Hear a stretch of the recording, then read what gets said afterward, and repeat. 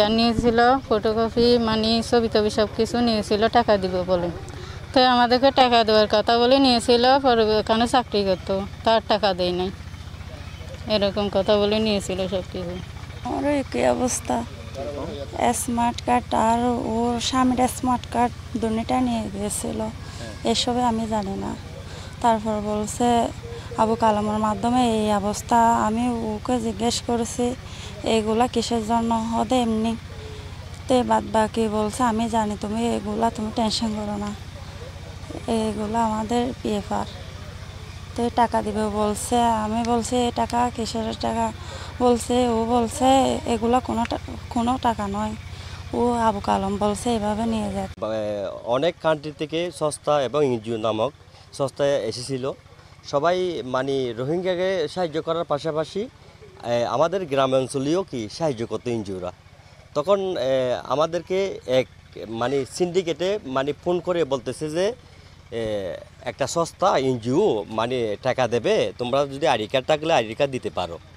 কারণ ওনারা হলো, আমরা জানি না যে পরবর্তী জানতেছি যে ওনারা স্বৈরাচার পেশি সরকারের একটা সিন্ডিকেট, বড় নেতারা, ঠিক আছে। তো আপনারা মাধ্যমে এটা বলতেছি যে আমাদেরকে অনেক আমরা প্রতারণার শিকার হয়ে গেছি।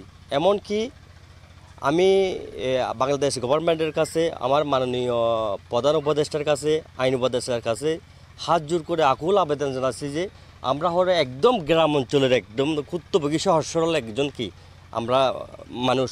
ওনারা দিন মজুর করে, কেউ ব্যাংক চালায়, কেউ কুলি কাম করে। ওনারা মানে দিন আনলে মানে লবণ আনতে পান্তা পুরা যায় ওনাদেরকে।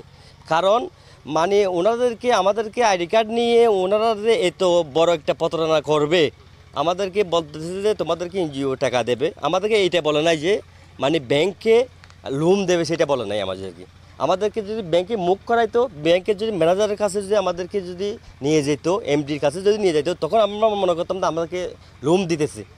আমাদেরকে ওনাদের একটা সিন্ডিকেটের একটা রুম ছিল, রুমের মধ্যে ওনারা আমাদেরকে বুঝতেই দেয় নাই, তাড়াতাড়ি মানে তাড়াতাড়ি সাইন করো।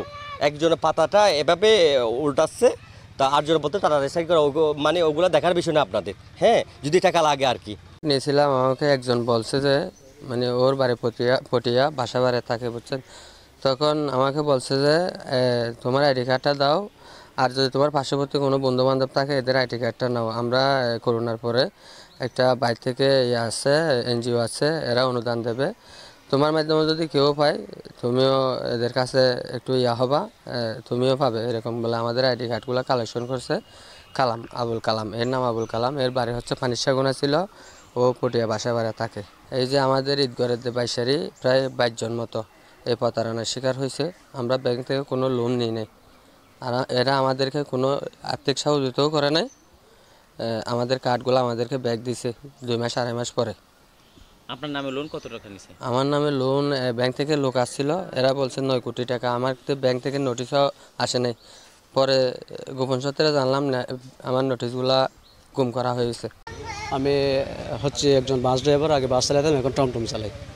তো লকডাউনের পরে যখন দেশের অবস্থা করুন, তখন আমাদের পার্শ্ববর্তী এলাকার একজন আবুল কালাম নামের একজনে বন্ধু এসে বলছে যে আপনার আইডি কার্ডটা দেন, এনজিও থেকে আপনার কিছু টাকা দেওয়া হবে।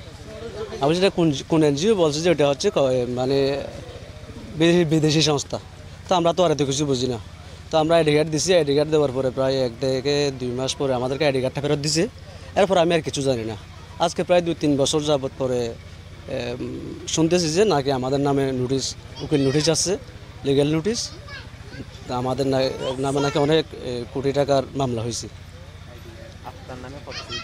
সেটা আমি জানি না। আমার নামে নাকি নোটিশ আসছিল, নোটিশ নাকি কালামে আবার ব্যাগ নিয়ে গেছে। 5,000 টাকা করে প্রতি নোটিশে দিয়ে নোটিশ নাকি আবার ব্যাগ নিয়ে গেছে। আমাদেরকে নোটিশ শুরু করে নাই, শুধু কয়েকদিন আগে ফোন করে বলছে যে আপনার নামে মামলা হয়েছে, মানে আপনাকে এখন মামলার পরিচালনা করতে হবে। আমার নাম জহির উদ্দিন, আমি একটা বাজারে নাইট গার্ডে চাকরি করি। তো আমার কাছে একদিন একটা মিজান আসছিল, আসার পরে বলতেছিল মানে এরকম একটা ওই সহযোগিতা করতেছে এনজিওর পক্ষ থেকে। তো তোর যদি আমিও পাইছি আর তুইও পাবি, তুই যদি তোর আইডি কার্ডটা দিস তাহলে তুইও এরকম সহযোগিতা পাবি। তা আমি বলছি তো তুমি যখন পাইছো আমিও তো পাই, তাহলে আমিও দিয়ে দিছি। দেওয়ার পরে দেড় মাস হয়ে গেছে। হওয়ার পরে সাইডে আমাকে কিছু বলে না, তা আমি একদিন ওকে বলছি, বলার পরে ও বলতেছে আমি তোর আইডি কার্ড এনে দিব। তো এই সপ্তাহখানিক পরে যায় আমার আইডি কার্ড এনে দিছিল। তো এরপরে দেখতেছি দেড় বছর হয়ে গেছে। হওয়ার পরে দেখতেছি এদিন মানে 2 মাস আগে আমার জন্য এই নোটিশটা ব্যাংক থেকে আসছে। তা আসার পরে আমি বলতেছি এটা কিসের নোটিশ। তো এটা ভাবছি, ও তারপর ওর সাথে যোগাযোগ করছি। যোগাযোগ করার পরে ও নিজেও বলতেছে আমি নিজেও জানি না। না জানার পরে তো আমি বলতেছি এটা কীভাবে হয়।